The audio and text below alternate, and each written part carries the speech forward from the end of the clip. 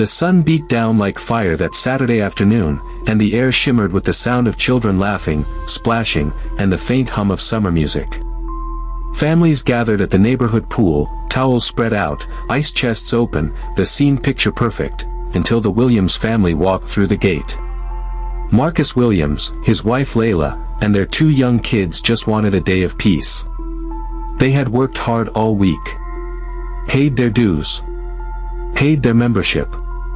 They belonged here. But belonging doesn't always matter to people who believe they own the world. That's when Jane saw them. The self-appointed queen of the neighborhood. Her sunglasses tilted down just enough to let her glare cut through the heat. Her lips curled into a smirk that carried the weight of arrogance and something far uglier. "Hold on," she said loudly, her voice slicing through laughter like a knife. "What are you doing here? This pool is private." Marcus stopped. Calm. Confused. "We know," he said evenly. "We're members." Jane folded her arms like a judge ready to deliver a sentence. "I don't think so. I've never seen you here before. And I know everyone who belongs." Her tone dripped with false authority, and the whispers began. Parents glanced at each other. Some nodded in quiet approval, others just looked away, uncomfortable but silent. Layla held up their key cards. "We moved in last year. This is our first summer here." But Jane's smirk only deepened. "Those could be fake. People like you always find ways around the rules." The pool went silent. Even the kids stopped playing. Marcus's jaw tightened, but he knelt beside his children, whispering, "It's okay. Don't worry." But inside, humiliation burned. He stood up, steady, voice low but firm. "Go ahead," he told her. "Call security. We've got nothing to hide." Jane's face lit with satisfaction. She dialed, pacing like she'd caught a criminal. When the security guard arrived, he checked the cards, scanned the names, and frowned. "Ma'am, they're valid. The Williams family are members." Jane blinked. "That can't be right. Check again." The guard shook his head. "They belong here." Marcus smiled softly to his kids. "See? Everything's fine." But Jane wasn't done. She stepped closer, desperate to reclaim her authority. "Just because the system says they belong doesn't mean they actually do. This pool was built for our community. For families who invested in it." Marcus froze. Then, slowly, that calm, quiet strength returned to his voice. "Jane, you want to talk about who invested in this pool?" His tone shifted, sharp, cutting through her arrogance like steel. "When this community wanted this pool built, no one could find the right contractor. No one could design it, plan it, or bring it to life. Do you know who built it?"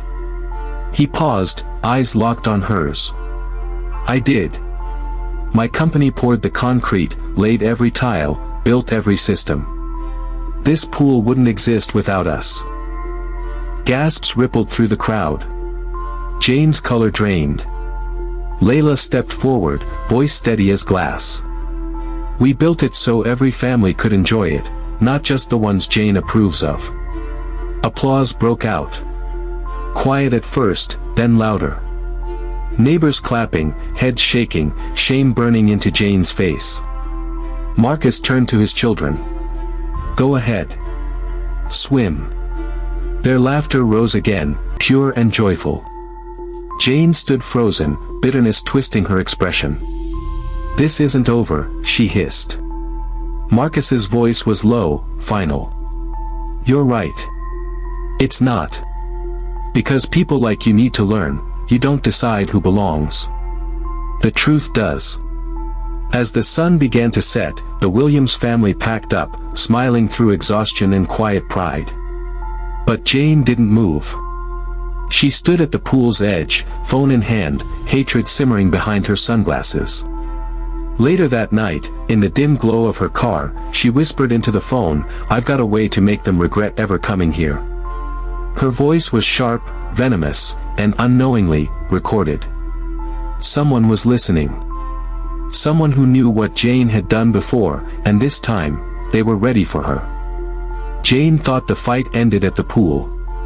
But the war for truth was just beginning. And what comes next will shake this entire community to its core. The morning sun rose slow and heavy over the neighborhood, but the peace didn't last long. By 8 a.m., everyone's phones were buzzing. Jane had done it. She posted something explosive in the community group chat. A document with Marcus Williams's signature, numbers twisted and falsified, making it look like he had overcharged the neighborhood thousands of dollars for the pool he built. The caption read, "I told you so. Now you know who really built your pool."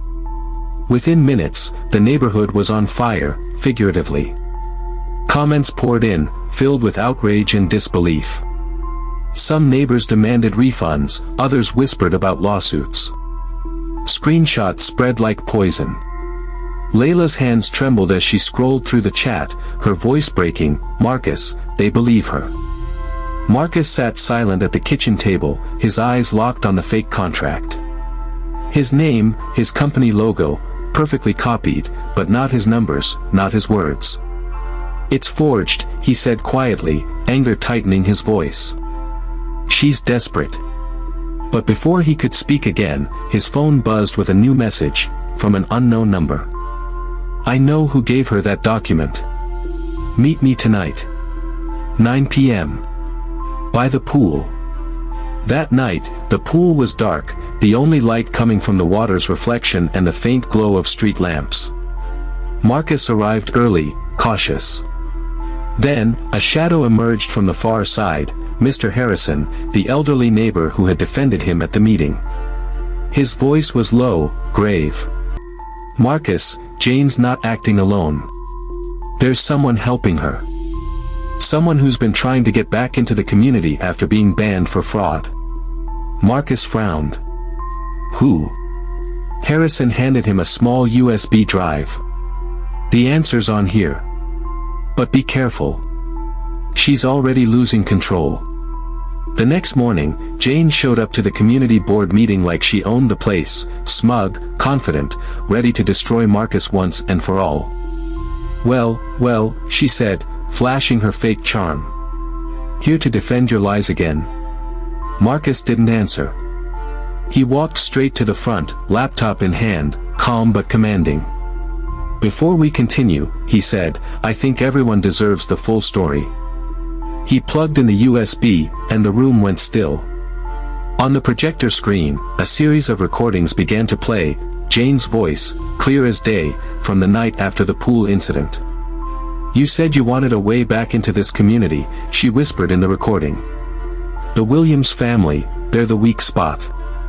If you want leverage, we can use them." Gasps filled the room. Jane froze. Her face drained of color. Then another clip played, her voice again, angry, venomous. "I'll ruin him. I don't care what it takes. I'll forge whatever I have to." The crowd erupted. Some shouted. Some stared in disbelief. Jane stumbled backward, stammering, That's edited. That's fake." But Marcus wasn't finished. He clicked again, revealing a final file, a series of emails showing the fake document's creation, sent from Jane's own computer to a disgraced former board treasurer, the man who had been banned for embezzlement. The room fell silent. Every eye turned to Jane. Her power, her pride, her reputation, all crumbling in seconds. Mr. Harrison stood slowly. "You tried to ruin an honest man to protect your ego. You poisoned this neighborhood with hate. You don't belong here anymore." Jane's lip quivered. For the first time, she looked small, cornered by the very truth she had tried to bury. "You can't do this to me," she hissed. "I am this community." Marcus's voice was steady. "No, Jane. You were its shadow. But today, the light finally caught up to you." The board voted unanimously that night. Jane was stripped of her position, banned from the community, and the authorities were notified. As she was escorted out, her sunglasses slipped, and for a moment, the woman who once ruled with fear was just another neighbor exposed by her own lies. Days later, the pool was alive again. Families laughing, kids splashing, the Williams children smiling wide as Marcus and Layla watched from a distance. Peace had returned, but it felt different, earned, not given. Layla leaned against her husband's shoulder. "Do you think she'll ever stop?" Marcus smiled faintly. "No. But truth doesn't need to chase lies. It just needs time to catch up." Justice had found its way back into the neighborhood. But what none of them knew, was that as Jane packed her things that night, she left something behind. A small, locked file on her old laptop labeled only one word: insurance.